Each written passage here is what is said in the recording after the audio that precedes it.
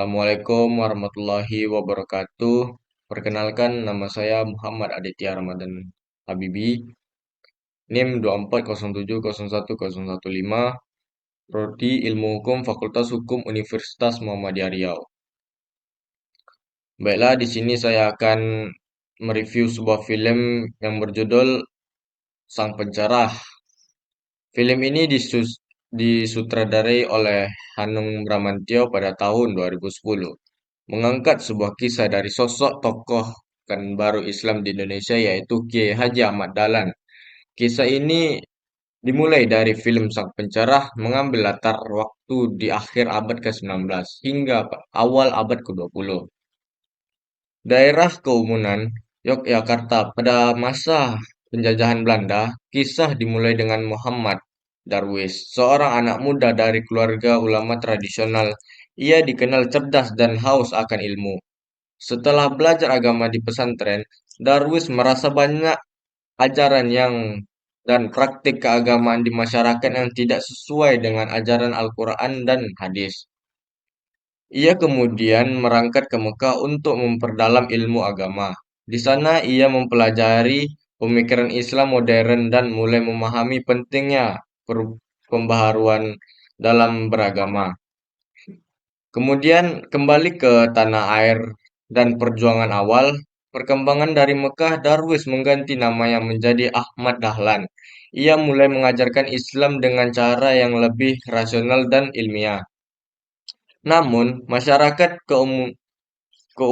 keuman saat itu masih sangat kuat dengan tradisi dan kepercayaan lama, seperti arah kiblat, masjid yang tidak tepat, serta praktik keagamaan yang bercampur dengan adat dan tahayul. Ketika Ahmad Dahlan memindahkan arah kiblat masjid sesuai dengan ilmu falak atau biasa dipanggil arah sebenarnya Ka'bah itu, ia dituduh sesat dan dianggap menghina tradisi. Bahkan masjid tempatnya mengajar dihancurkan oleh masyarakat sendiri. Ahmad Dahlan menghadapi penentasan keras dari para ulama, tradisional, dan masyarakat. Ia dicemooh dan dianggap pembawa ajaran baru, bahkan dijauhi sebagai muridnya. Namun, ia tetap sabar, berkeyakinan bahwa kebenaran harus memperjuangkan dengan ilmu dan kasih sayang. Dalam masa sulit, dalam masa sulit, ia mendapat dukungan penuh dari istrinya, Nyai Ahmad Dahlan, serta beberapa murid muda yang memahami gagasannya.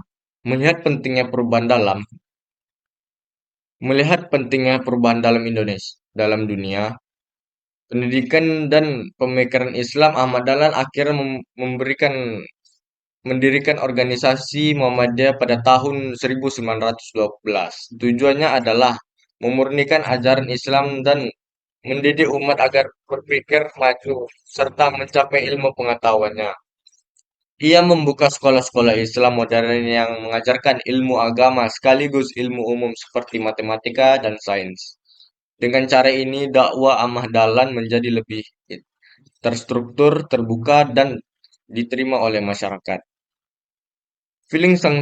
Sang pencerah muda ini memberikan dampak positif terutama dalam membu- membu- membuahkan semangat dan berpikir kritis dan moderat dalam beragama. Bagi masyarakat Indonesia, film ini membuka wawasan bahwa agama dan ilmu pengetahuan harus berjalan seiring. Selain itu, film ini juga menginspirasi generasi muda untuk mengenal tokoh-tokoh nasional religius dan berperan dalam pembangunan bangsa. Baiklah, yang sudah saya ceritakan kisah Sang Pencerah ini, saya mendapatkan inspirasi tersendiri bahwasanya Kiai Haji Ahmad Dahlan mengingatkan atas perubahan besar sering dimulai dari langkah kecil seperti mengubah arah kiblat ataupun mendirikan sekolah. Hal ini menegaskan pentingnya konsistensi dalam memperjuangkan kebenaran. Dalam film ini, saya penuh mendapatkan edukatif dan nilai moral melalui kisah Kiai Haji Ahmad Dahlan. Penonton diajak untuk memahami bahwa agama harus menjadi sumber kemajuan, bukan penghambatnya.